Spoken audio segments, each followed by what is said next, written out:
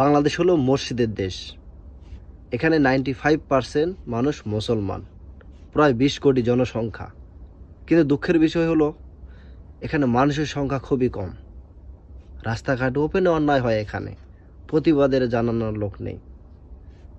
মানুষের ইজ্জত লণ্ঠন হচ্ছে, মানুষের নিরাপত্তা নেই। এখানে এতগুলো মানুষ আমরা মুসলমান, কিন্তু মনুষ্যত্ব কয়জনের ভিতরে? কারো নাই। পাশের বাসার লোকে কি খাইলো ওদিকে কারো খেয়াল নাই।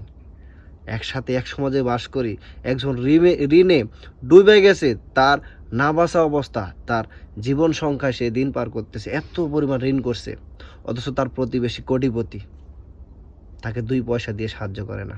2 পয়সা। এরকম আমাদের মন মানসিকতা। তা আমরা ভাই 2025 সাল চলে, আমরা কিভাবে উন্নত বিশ্বে আমরা পরিণত হব বলেন?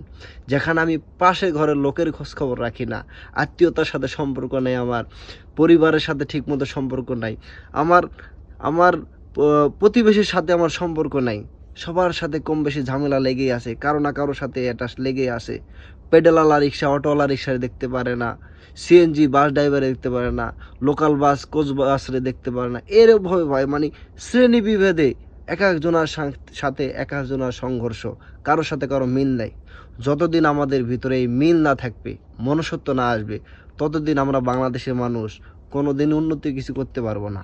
আরেকটা তো মনে রাখেন, একার উন্নতি দিয়ে ভাই দেশ এগিয়ে যায় না, কোনোভাবে সম্ভব না। আপনার কাছে টাকা আছে অনেক, কিন্তু বাজার দেখেন আগুন। কারণ কি? ওই সিস্টেমে আমরা আসতে পারি নাই। যখন আমরা একে অপরের ভালো দেখতে পারবো, যখন আমরা একে অপরের সাহায্য করতে পারবো, নিজেকে ছোট মনে করতে পারবো, অপরকে বড় মনে করতে পারবো, তখন আমি সহ, আপনি সহ পুরা দেশ, বাংলাদেশ বিশ্বের মানচিত্রে উপরে থাকবে, সবাই চিনবে বাংলাদেশ নামে। ততদিন পর্যন্ত হবে না ভাই, যতদিন পর্যন্ত আমরা নিজেদের শুধরাতে না পারবো।